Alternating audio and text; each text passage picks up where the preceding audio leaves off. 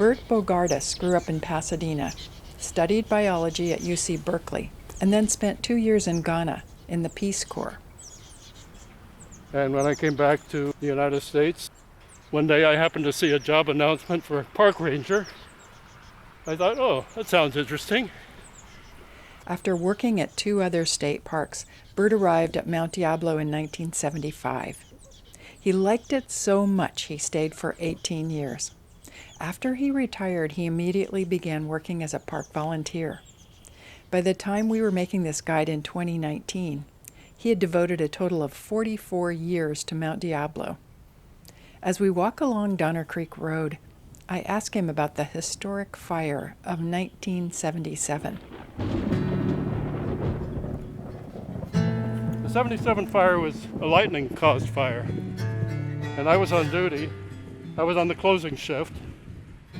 There was a lot of thunder in the air. I could hear thunderclaps. So I got in the truck and started up towards the summit. I see these flashes of lightning all around the mountain. And I thought, this doesn't look too good. And then I had a thought to myself, I wonder how intelligent it is to go up to the top of a high mountain in the middle of a lightning storm. But anyway, I went up there and the lightning, strangely enough, did not hit the summit. It hit an area around Twin Peaks. And of course we called it in right away, and the unfortunate thing about the response was that the firefighting aircraft couldn't fly at night. And so they were never able to knock it down at the very beginning. So it burned overnight and it took 4 days to put it out. The fire burned up Back Canyon and Donner Canyon rapidly. They hadn't burned in 100 years. It burned around North Peak, burned up the waterfalls canyon, Wild Oak Canyon, and then started down Mitchell Canyon. But all in all, the fire consumed 6,000 acres here on Mount Diablo. Right after the fire, people were devastated. They began to collect funds to try to reseed the mountain with non-native trees. The park nixed that idea, but decided to replant with natives instead. I remember clearly that our eminent botanist, Mary Bowerman, was very much opposed when she found out that they were going to go out to nurseries and buy plants.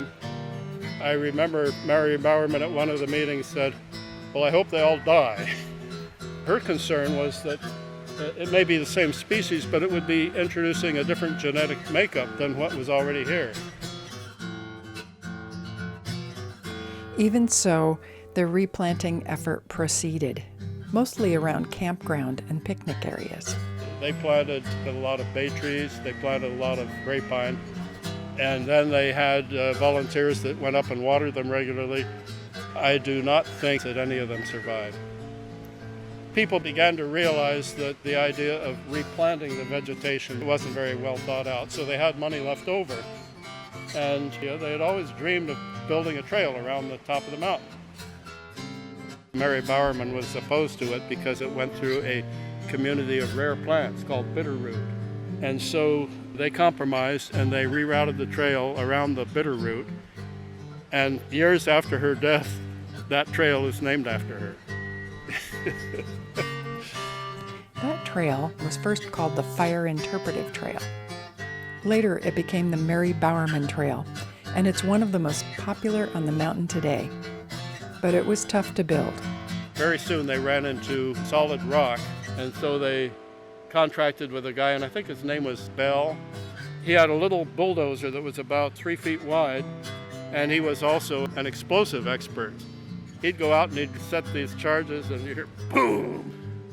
I wrote in our park log, Mr. Bell is busy building the fire ecology trail with ecology dynamite and an ecology bulldozer.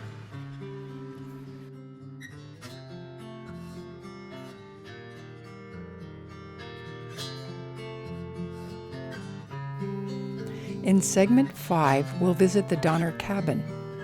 It's marked by a sign about a mile from the entrance gate.